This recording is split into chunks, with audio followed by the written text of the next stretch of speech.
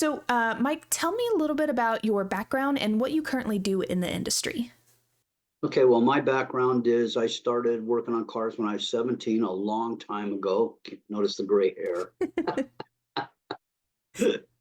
And I just actually started working at a gas station. This is back when they worked on cars at gas stations. They don't much anymore. And I just fell in love with working on automobiles. And so I just kind of moved on from there. I was in high school at the time. And then I did go to college. Basically, my dad kind of pushed forward slash convinced me, quote unquote, to go. So I did, and I did eventually graduate. But the whole time I was in college, I was working on cars at various garages. And eventually I wound up in Fresno, at Fresno State, graduated from there with a degree in industrial technology with automotive emphasis. And things just took off from there. When I graduated from there, I thought, well, I've been working on cars for a long time. It was like 7 or 8 years, and I thought, I don't really have any financial responsibilities other than rent and food. So I thought it might be a good time to try something different. So I went to work for Ford Aerospace down in Southern California. Oh, wow. And I was a manufacturing engineer there, and I was responsible for helping to manufacture and write assembly instructions for a conveyor system for these 40 millimeter artillery shells. We took the turrets off these tanks, and we took the cannons off them and converted them over to anti-aircraft guns. So I did that for a couple of years, a little bit more than 2 years, and I missed working on cars. And I mean, I made a ton of money there. It was a government defense project, but it just, I wasn't getting the reward I wanted other than the paycheck, which, because it was government money, I was making a lot of money. But I missed working on cars. I mean, my job was challenging, but I always liked the challenge of working on cars. By the time I graduated from college, I mean, nowadays we all call it something different. There was no term like drivability or diagnostics or anything, but if a car came in running poorly, you just did a tune-up. You changed the spark plugs, and when I first started working on them, there was points, condensers, and all that. You did a tune-up, and that pretty much took care of it. If not, then you became a diagnostician, and nobody looked at it like they do nowadays. It was 40 years ago. Um, so I left Southern California. I moved back to Fresno. My goal eventually was to open my own place. I worked at various garages for several years, and then finally, right around Christmas time, I got laid off.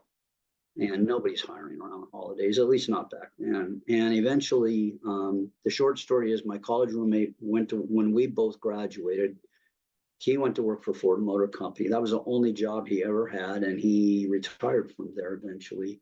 He called me up one day, or actually the service manager, I had no idea he had made this call. And the service manager called me and said, hey, we got your name from the San Francisco zone office. We'd like to interview you for a job. And I really had no intentions of going to work at a dealership. I just thought it would be the drudgery of doing the exact same thing for 8 hours a day. And I went down there and I did the interview, and it was a Ford dealership truck center in Fresno. They worked on everything from Ford Rangers all the way up to big rigs, because back in those days, Ford was in the heavy truck business still. So I didn't want to take the job at first because there were diesels involved in it. I hated working on diesels. And it's kind of funny how things work out now, because everybody thinks the only thing I know how to work on is diesel. And for the first 20 years of my career, I didn't work on other than oil changes. Weren't touching So, those. yeah, I went to work eventually at the Ford dealership. And when I first started working there, I wasn't doing diesel work.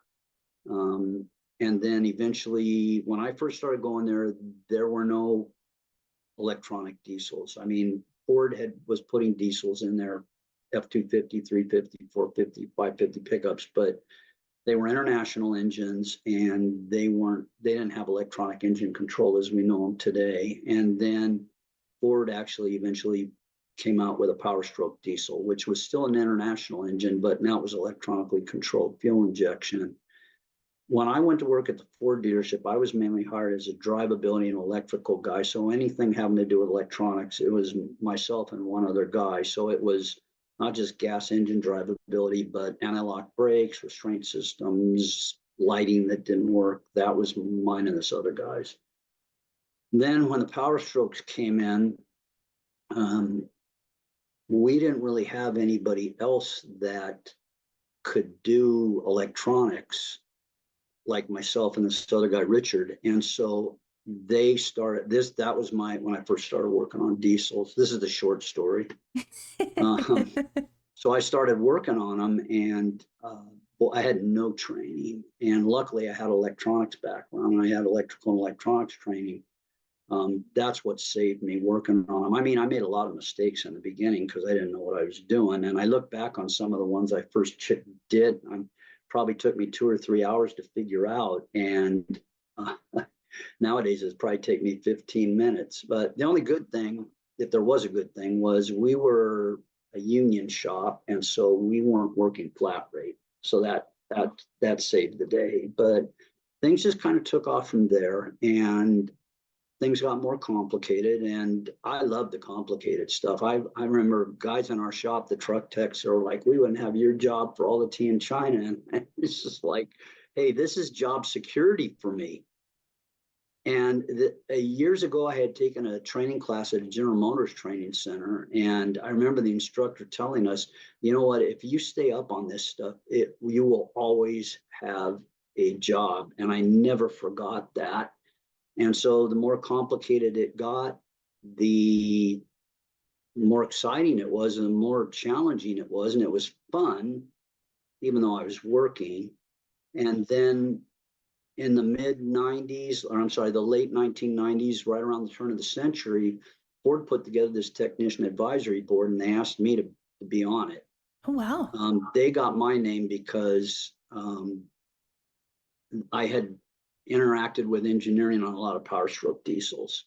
By this time, I was hardly doing anything but Power Stroke diesels, which was good for me, but not good for Ford International.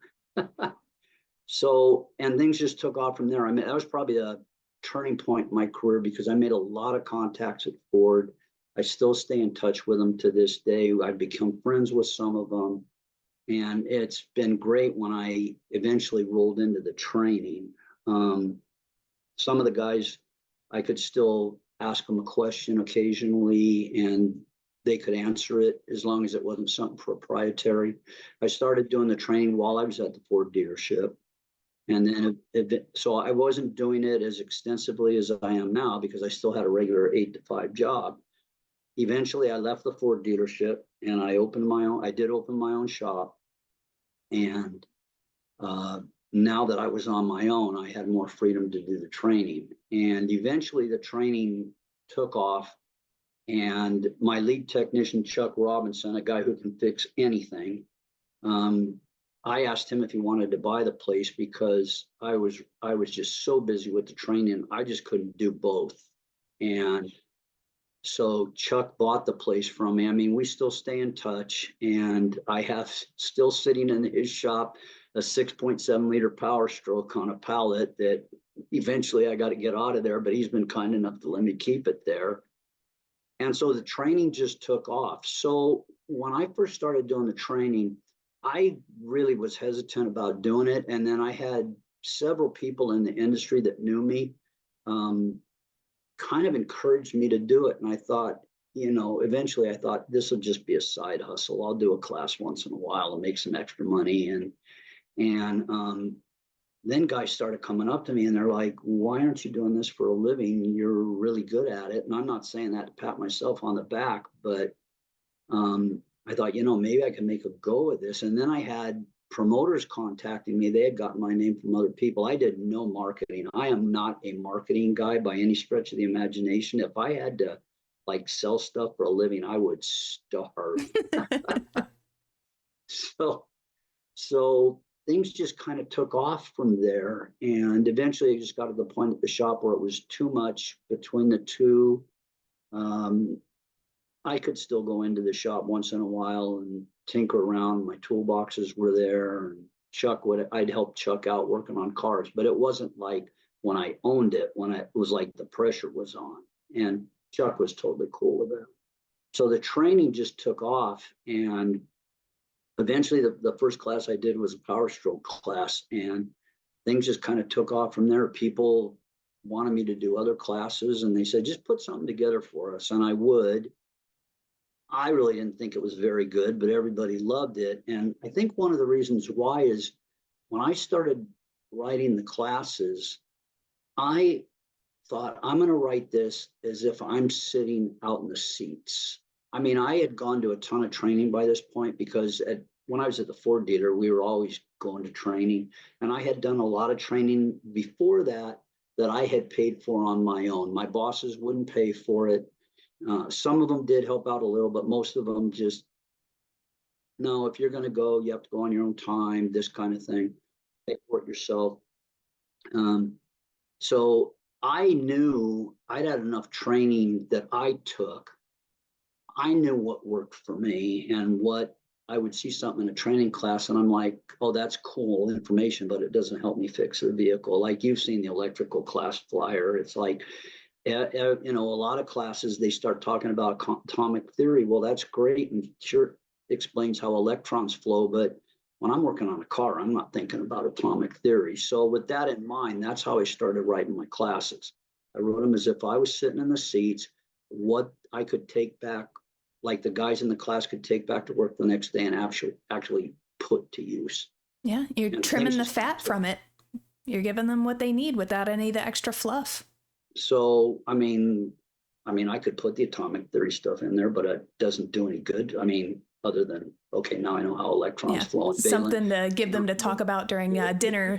Yeah, valence electrons. And, it's kind of funny because one of my instructors at the GM training center, I'll never forget him saying that about something. And I kind of took that to heart. And he once told us, it was some piece of information. And he said, this will be great for trivia at a cocktail party, but it won't help you fix the vehicle. There you go. There you go. I kind of took that to mind. So things kind of took off. I sold Chuck the shop. That was an ongoing project that was about 5 years in the making. And I think, if I recall right, Chuck took over right about the time that COVID started to hit. Which really didn't affect him at all because we had so much business. And I always kept the shop small and I could have made a lot more money, but I wanted to be able to control what was going on and I wanted quality control. And I always had customers tell me, you need to hire more techs, which I probably had at the most ever had at the shop 3 techs other than me. And I was working on them 2 at times. Yeah. I just didn't feel like I could control the quality the way I wanted it. So I never did get really big, but we had so much work that it was never a problem where I had guys sitting around and I didn't pay my guys flat rate. They were paid hourly. Okay. So if they had to work late or whatever, I just paid them. I never nickel and dimed them on anything because that was the way I wanted to be treated when I was a tech. I mean, if somebody had to take a day off because their child was sick or wife was sick, I just paid them. Because that's how I always wanted to be treated. And I actually wasn't treated like that until I got to the Ford dealership. And that was only because we had a union contract. So things have really changed in our industry, some for the better, some not. So now I don't have the shop anymore, but I stay in touch with Chuck. I've talked to him like 3 times this week. He bounces ideas off me. If I have a question about, should I put this in a training class, I'll ask Chuck, what do you think? Honestly, I do a lot of training. Now, what I'm about to say, I should preface it by saying I have not met every single automobile or truck technician in the world. Oh, you haven't? That's surprising. The ones I have met, Chuck would be in the top 5 and probably in the top 2. So, and I've met some great technicians. So, anyway, so the training just kind of took off from there. And so now I'm just doing training. The shop's still there. I still got stuff down there, but I'm doing most of the work from home. So. Well, fantastic. Sounds like Chuck is a real MVP in this. So shout out to you, Chuck. Yeah, Chuck is great. There were times there were times my wife would need an appliance fixed and she'd go take this and fix it, but don't you work on it, have Chuck fix it. There we go. Chuck, real Yeah, MVP out here. yeah, he was great.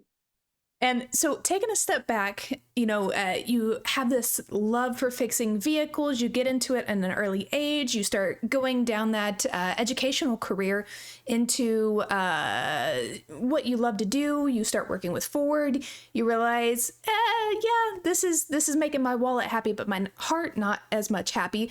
And now you've kind of found this sweet spot where you're not necessarily working on cars, but you're fostering that growth within these young technicians or these technicians to have that same passion and teach them how to do it right the first time, or at least after they take your class. Sure. If we're taking a look back into the past, do you remember the first vehicle that you got to work on that you were super excited about? Was there a certain car that you were like, oh, I can't wait to dig in on this? Yeah, and oddly enough, it wasn't even a technical thing. It was changing a water pump on a big block Ford 8. And I opened the hood on that thing, and there's this massive engine inside there with all sorts of like accessories loaded on the front of it. And um, so what I didn't mention earlier was the first gas station I worked at was a Texaco station in Whittier, which is a suburb of Los Angeles. That's where I grew up. And and so those guys, the two guys that ran the place, really encouraged us to to learn how to work on vehicles so we could fix our own. I mean, things were pretty simple back then. I'm sure they had no idea where the industry was going. And I just remember, I mean, nowadays I would look at that and like, I can handle this. But, as a 17-year-old kid, yeah, and I did it and I fixed it and I didn't break anything and it didn't leak and it never came back.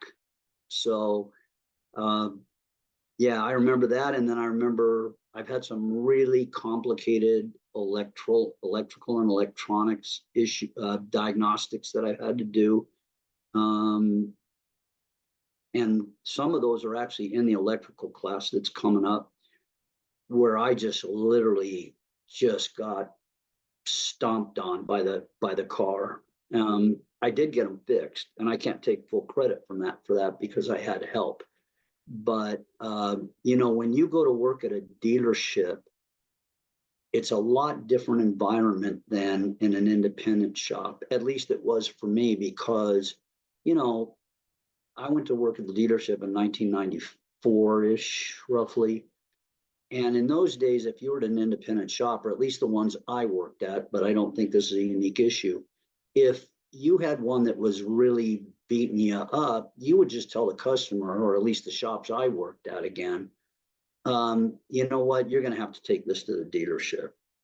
And then when you go to the dealership, you can't tell them you're going to have to take it to the dealership because you are the dealership. And I worked at a Ford dealership, so it was mostly Fords, unless it was a used car trade-in. That's your baby, right? You can't tell a customer you can't fix it because you're the dealer. And I'll never forget the first week I was there. I found out later the service manager gave me almost every complicated pain in the butt one they had come in or already had there because he wanted to see how I handled it. And some of them I did have to ask for help because I hadn't had a lot of Ford specific training. But I've always felt like you make mistakes and you learn from it. And I made a lot of mistakes, but I learned from it. And I remember at the time, there was an older guy in the shop who's roughly, back then he was my age now. And I'll never forget, he took me aside one day and told me, this, you're going to learn. He said, this is a very humbling business. And it is. And I've always felt like if your ego isn't too big, you can always learn. Wise words right there. So. And speaking of electrical. That's the electronics diagnosis. That's one of the classes we're actually you're gonna be teaching at the Texas two-step training. But Right. taking a little step back, you're actually gonna be teaching in the full title, the electricity and electronics diagnosis. You're gonna be teaching that locally here in the DFW area, specifically North Richland Hills, and that's coming up in 5 days. So I believe Yes, it is. January 13th. So tell us a little bit. I mean, we talked about it a little bit, but tell us a little bit about what technicians or anybody who attends the class is going to be getting out of that class. Well, one of the things that I really wanted to impart in that class, I mean, there's several things, but one of them is, and this is on the core outline, is, I always wondered, how do the numbers get displayed on your meter? How does the meter figure that out? Um, so I do have that information. It's mainly has to do with voltage drops and things of that nature. But I mean, yeah, we can all take the readings, but I think that knowing how the meter figures that out with your test leads, really, well, for one thing, I didn't know this, and most of the guys that have been in that class have told me we did not know how that's how the meter worked, and basically that was because most people it's never covered. So I wanted to put that in the class, and I did. Um, there's some information in there about short circuit diagnosis, about how to avoid damaging components when you're doing repairs. We have, like I mentioned, some of I call them electrical diagnostic highlights, where we actually take case studies that I've worked on that were really brain burners that I eventually figured out. And what I basically do is I put the symptom up in the class, the wiring diagrams there, and I just ask, I don't tell them, I tell them the symptom, but I don't tell them the fix. And I ask them, how do you want to go about doing it? So it's an interactive, it's back and forth communication. There's one in there, there's one instance, and everybody thinks it's going to be Ford, but there is a couple that aren't. And one of them, this particular one on a Ford, in all the years I've been teaching that class, I've only had 2 or 3 techs figure it out. And I'm not saying that in a negative way, because I figured that one out by accident. So it wasn't like I could take any credit for my intelligence figuring that one out. I figured that one out by accident. And, the old saying, sometimes it's better to be lucky than good. That was definitely the case. So there'll be some of those in that class. I'm going to talk about Hall effects, because that seems to be an area of misunderstanding, and talk a little bit about the correct way to do it and the incorrect way. We're also going to talk about a section of the class I have called pinpoint test shortcuts. And basically what that is I show them, rather than using a pinpoint test, how to diagnose certain fault codes. Fantastic. It sounds like you're getting the bang for your buck. Like, you're not only learning all these great things, but you're kind of challenging them to think for themselves and really get down to what's actually going on. You're not spoon feeding anybody anything. No. It's interactive, so they'll have to be on their toes. It's not where you can daydream in this class. Yeah, no daydreaming allowed. And no daydream. Honestly, this class is set up at the perfect time. We've got it set from 6 p.m. to 10 p.m. Central Time. So, I mean, really no excuse after your shift, or even bringing this training to your manager, or the shop owner. If this is something you're interested in, the shop owner may want to take you or other technicians to this training course. So definitely share that around. And again, great time to have the class after your workload's done. Fingers crossed, hopefully, that you're off by that time. With that being said, this is also a class, if somebody misses it on the 13th, you're going to be teaching this at the Texas two-step training as well. Is that correct? That's correct. Fantastic. So we've got this class going on, and then are you teaching any other classes at the TTST event? I am doing the full-on 8-hour, 6.7 liter Power Stroke diesel class. Ooh, there you go. And then the days that we're doing the 4-hour electrical, we're going to do 2 classes that day, one starting in the afternoon, one starting in the evening. And then the other class that I will be doing, a 4-hour, is a class called Power Stroke 6.7 liter Power Stroke Tech Tips. Mhm. And the evolution of that class actually came about during COVID. And what happened was I had started doing webinars, which maybe I shouldn't say this, but I was dead set about doing webinars back during COVID. But then actually, after I couldn't work for about 3 or 4 months, I thought, well, maybe I better. I had nothing set up to do webinars, didn't know how to do them, didn't know anything about Zoom. And I thought, well, I want to eat and pay the house payment, so I better start doing the webinars. So what I did was I just did 4 of them, about 1 hour or so long, which is pretty much what the standard was back during COVID. And then, so I put those all together. And one day I was just talking to John Firm, and I was going to be in Dallas, Fort Worth doing some fleet training. And John said, hey, why don't we do a class at my shop one night while you're here, similar to what we're doing next week? And I said, well, what do you want to do? And I said, I can't do the full on Power Stroke class. First off, I couldn't be there 2 nights because of my schedule. And so I said, we can't split that one up. And John, if I recall correctly, is the one that said, why don't you take all those 4 webinars and just merge them into one class? So that's what I did. So it's 4 hours of nothing but 6, 7 Power Stroke tips. Some of them are mine, some I've got from engineering, some I've gotten from Ford training instructors, some I've gotten from other technicians. So that's what we'll be doing. We're going to flip it. I can't remember which day we're doing what, but one night, it's midweek, we're doing the Power Stroke 4 hour first, and then we're flipping it at the next city and we're doing the electrical first. Absolutely. And for more information on that, definitely visit the TTST website. That's texas2steptraining.com. It'll let you know the 4 cities we'll be in the 4 days, and you'll be able to take a look there to see, do I want to do an 8-hour class in my area, or do I want to take one of the 4 hours or both of the 4 hours? So Yeah. definitely check the website. Speaking of John Firm, he keeps throwing around, I know you laugh, there's so many things I could say in this moment, but he keeps throwing around this term, and I don't know the background behind it. Tell me a little bit about the garage god. Oh, man. Well, first off, if you don't mind indulging me for a second, and maybe you've heard this, but some of the listeners and viewers probably haven't. Um, John and I first met 20 some 2003, so it's 23 years. And at the time, there was a training outfit called PWR Training, and they're no longer around, but they had hired me to do some Power Stroke. This is back in the 7.3 liter Power Stroke days. And so the guy that I was the contact, Bob Pattengale, he said, I'm working with this guy, John Firm in Dallas. He said, we're going to go to Fort Worth and do a class there, and then we'll drive down to Houston. And we did something down there. And so I met John, and John is a lot like, I mean, this is going to sound bad, but I'll use it to illustrate a point.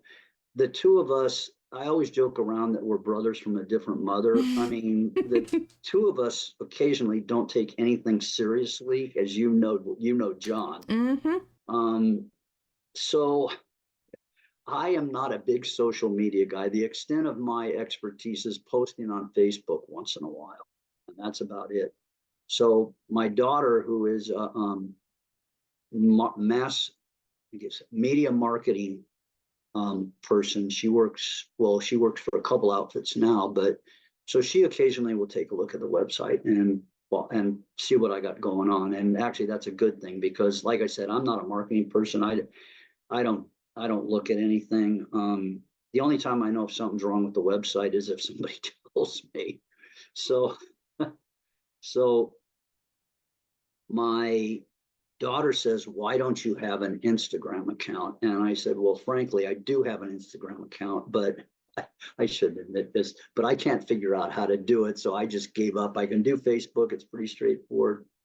So she's working with my wife on setting up a more professional Instagram account. And I did do some videos eventually that John has seen. But so my wife comes in while I'm writing a class, and my wife comes into the office and she says, what do you want to call your Instagram account? And I said, I don't care. Just pick a name that sounds halfway decent and go for it, right? So later that day, I get this email. and it says, check your Instagram account. And I open it up and it's got this term, the garage god, on it. And I called my daughter up right away and I said, you need, because it makes me sound arrogant and I hate that. Sure. And and so I called her up. I said, you have to change that. And she said, it's too late. It's already out there. And maybe she could have changed it, but she didn't. So I can't remember if I told John or John found it. And everything just kind of took off from there. Michael Gunther, you've probably seen the one where he's put my head on Jesus's body, which is really embarrassing for me. I haven't seen that. That's what I'll be looking that up after we get off this call. Michael Gunther did that. I think John told him, and I am not good at doing stuff like that, but this Michael Gunther guy is a wizard at that. And I think John put him up to that. And the next thing I know, I get this email from John. Look at Michael's Facebook post. And I'm like this. Yeah. That sounds like some shenanigans that John would be doing. So that's how this has evolved. And your next question is probably going to be, where did the American capitalist pig thing come out? Because I know you've seen the pig on the text. Yep.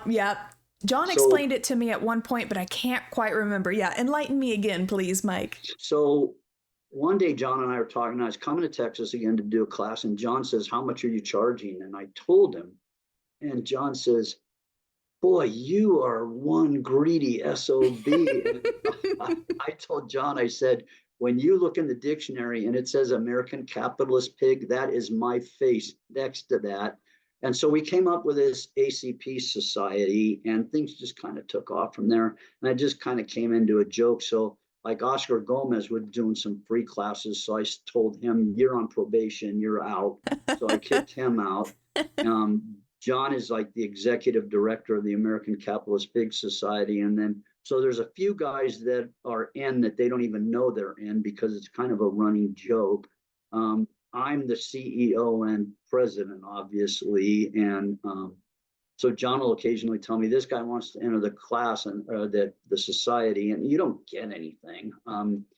But I'm working on t-shirts because John has asked me to do some t-shirts. But again, that's on a long laundry list. Y'all need to make at least a Facebook page, an exclusive Facebook page. Well, I'll let you make that one because that is above my technical expertise. My expertise is fixing cars and teaching.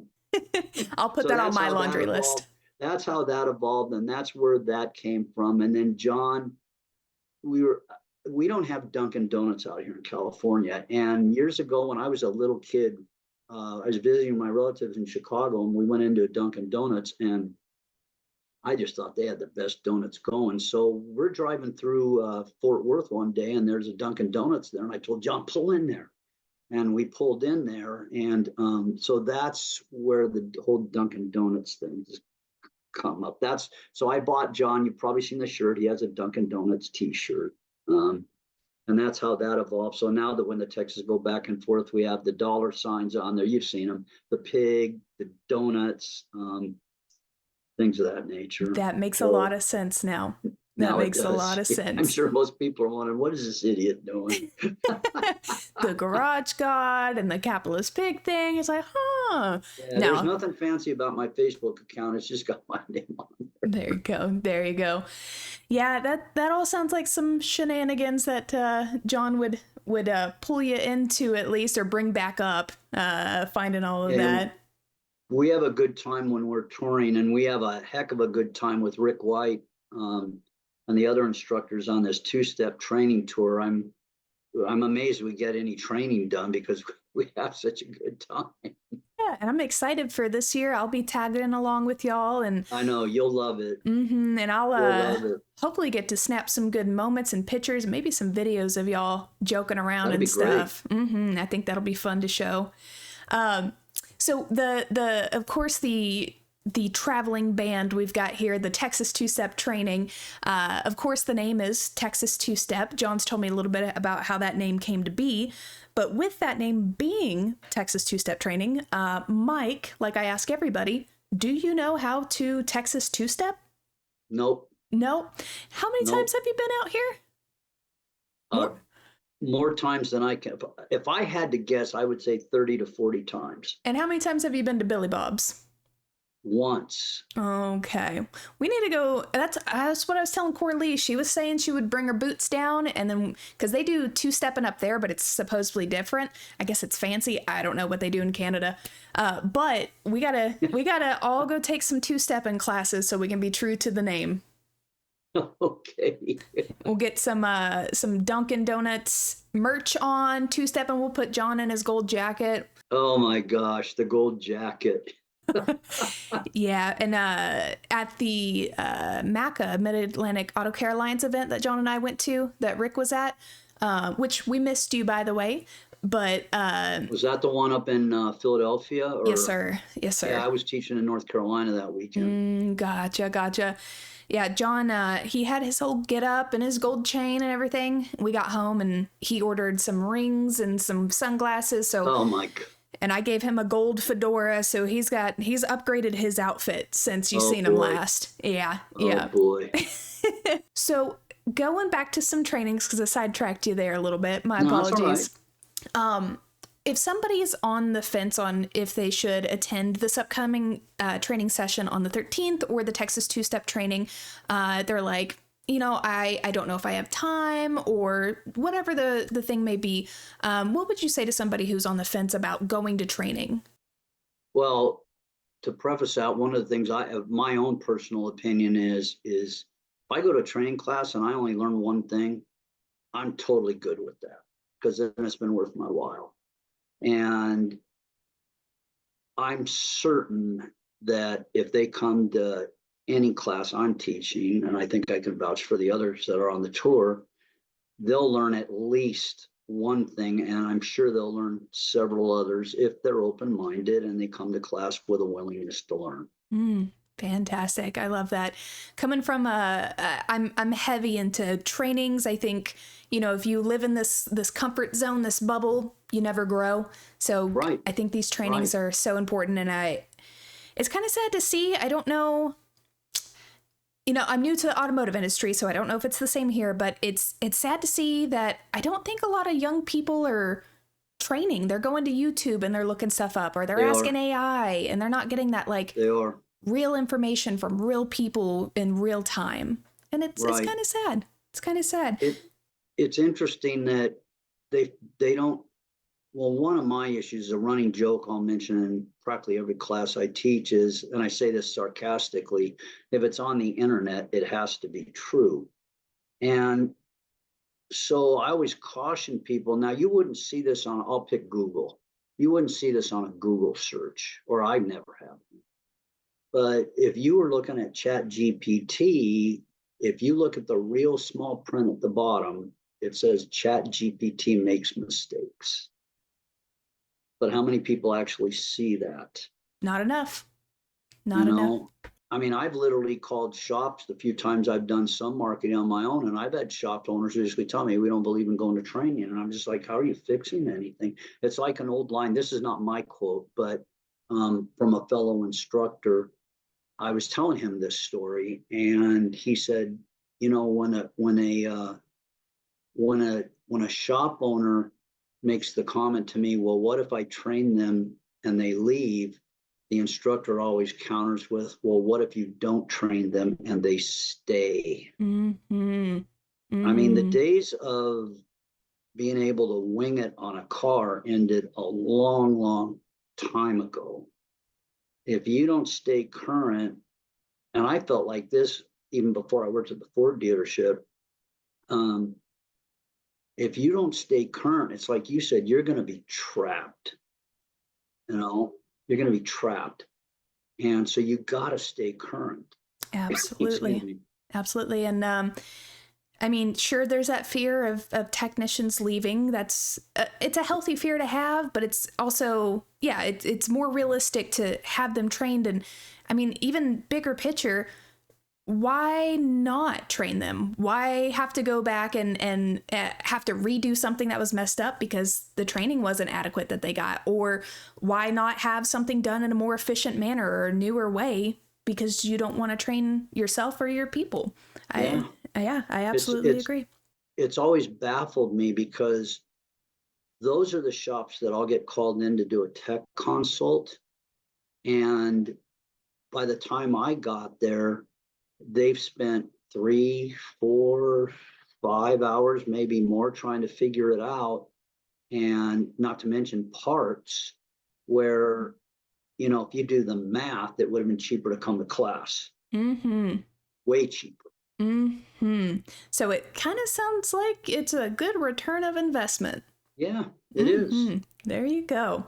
Well, hopefully we start seeing a little more uptick there in trainings. And for any technicians out there, if you're at a shop that isn't helping with trainings, as much as it sucks, maybe look into getting training yourself. Well, this may be a generational thing, but um, and maybe it was the way I was brought up, but I'm not the only tech I ever talked to from my generation that felt like this.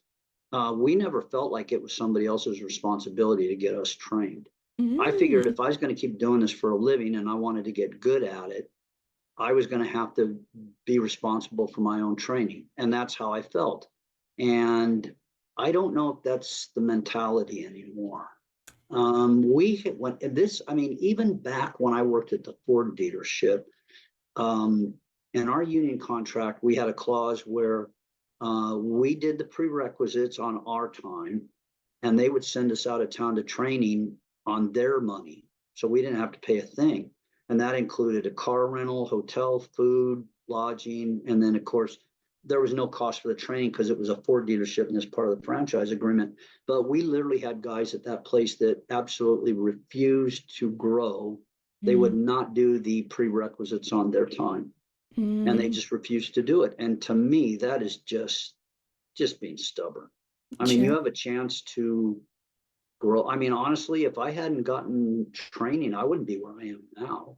Mm. I mean, you don't have to go to college, obviously. I'm not saying going to college was a waste for me because I learned a lot there, especially on automotive stuff and even stuff nowadays, physics, chemistry, electronics.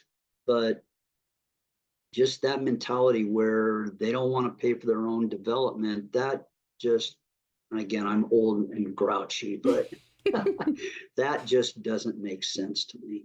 Sure, I hear you. And I think, I mean, you're going to be in town, and hopefully we get to record a podcast together, you, me, and John Firm. I think this would be a good topic for us to talk about, too, to go into a deeper conversation between our laughter and everything when we're Yeah. all sitting around together. But yeah, without going too far into it, because we're getting up here on time, yeah,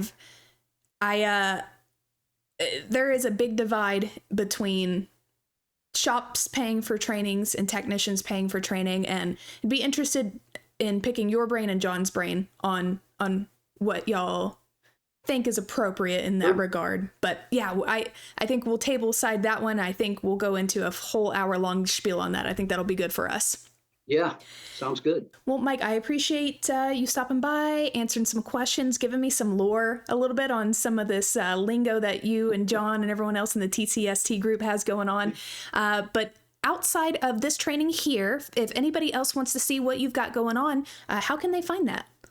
They can go to my website. It's www.atsstraining.com, or they can email me and ask mcleary@atsstraining.com. Well, if you're excited like we are to see Mike, go ahead and visit us at the Texas Two-Step Training.com. Again, that's texas2steptraining.com. Or if you're going to be in the Fort Worth area on January 13th, definitely stop by and get a little more information on the electricity and electronics diagnosis. But thank you so much, Mike. I appreciate it. Thanks for having me. I Mm-hmm. appreciate you.